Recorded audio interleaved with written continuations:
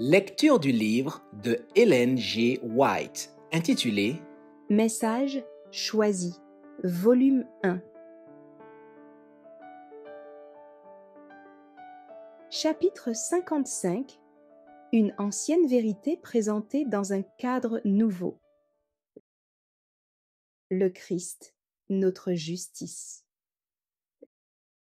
Lors de l'Assemblée du Kansas, j'ai demandé à Dieu de briser le pouvoir de l'ennemi et que ceux qui demeuraient dans les ténèbres puissent ouvrir leur cœur et leurs esprits pour recevoir le message qui leur serait adressé de la part du Seigneur, afin que la vérité, qui était une nouveauté pour plusieurs, leur apparût comme une vérité ancienne présentée dans un cadre nouveau. L'entendement du peuple de Dieu a été obscurci, Satan ayant présenté le caractère de Dieu sous un faux jour. Notre bon et gracieux Seigneur lui avait été présenté affublé des attributs de Satan. Des hommes et des femmes qui se sont mis à la recherche de la vérité ont pendant si longtemps vu Dieu sous un faux jour qu'il est difficile de dissiper le nuage qui voile sa gloire à leurs yeux.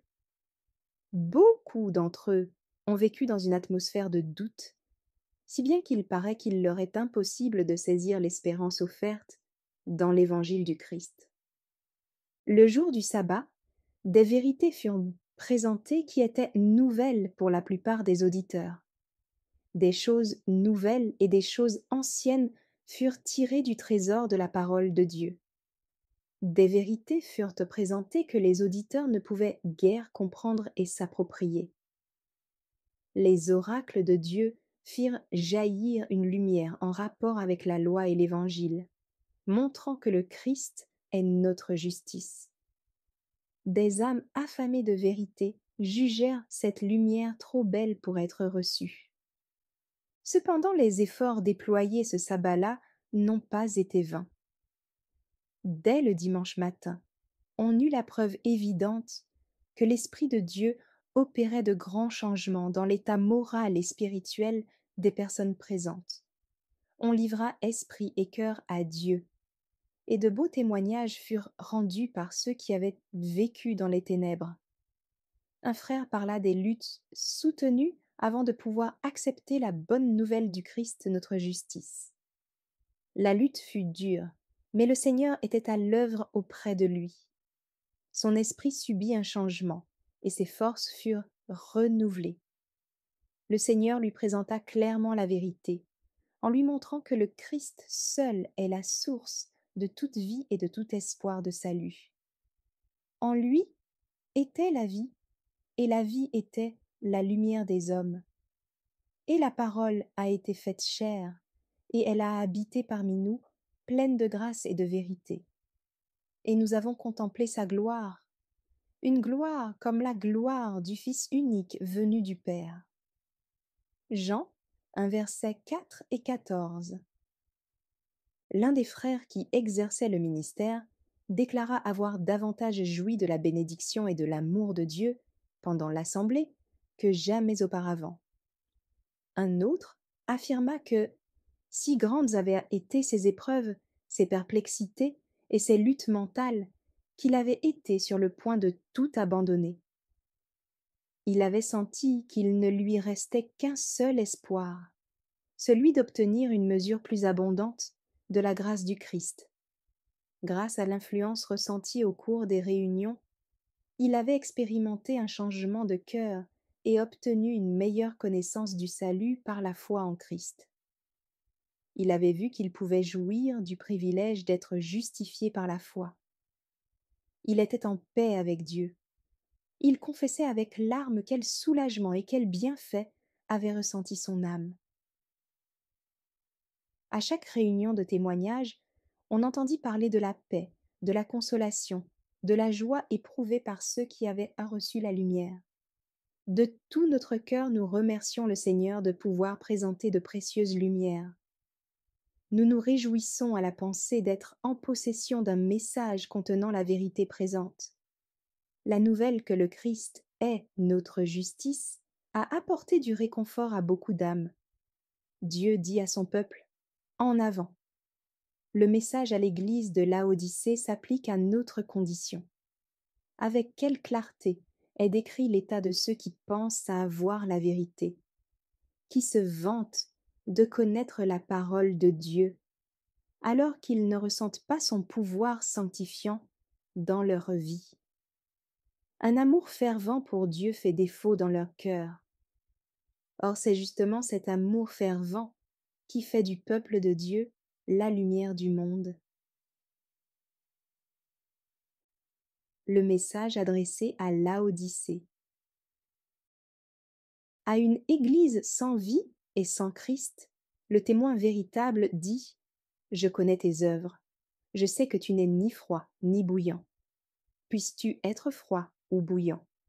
Ainsi, parce que tu es tiède et que tu n'es ni froid ni bouillant, je te vomirai de ma bouche. » Apocalypse 3, versets 15 et 16.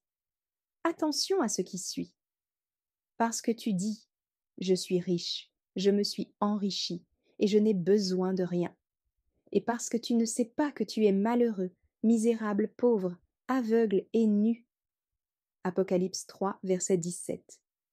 Voici un peuple qui tire sa gloire de la connaissance spirituelle et des avantages qu'il possède. Mais il n'a pas répondu aux bénédictions imméritées dont Dieu l'a comblé. Il a été rebelle, ingrat. Il a oublié Dieu qui a été pour lui ce qu'un Dieu aimant et qui pardonne est pour un fils ingrat et pervers. Il a résisté à sa grâce. Il a abusé de ses privilèges, laissé passer les occasions favorables. Il s'est laissé sombrer dans le contentement de soi-même, dans une ingratitude lamentable, dans un formalisme vide, dans l'hypocrisie. Avec un orgueil pharisaïque, il s'est glorifié à tel point qu'il a pu être dit de lui. Tu dis, « Je suis riche, je me suis enrichi, et je n'ai besoin de rien. » Le Seigneur Jésus n'a-t-il pas envoyé message sur message de répréhension, d'avertissement, d'appel à ces gens satisfaits? Ces conseils n'ont-ils pas été méprisés et rejetés? Ne s'est-on pas moqué des messagers qu'il a envoyés? N'a-t-on pas traité de racontard leurs paroles? Le Christ voit ce que l'homme ne voit pas.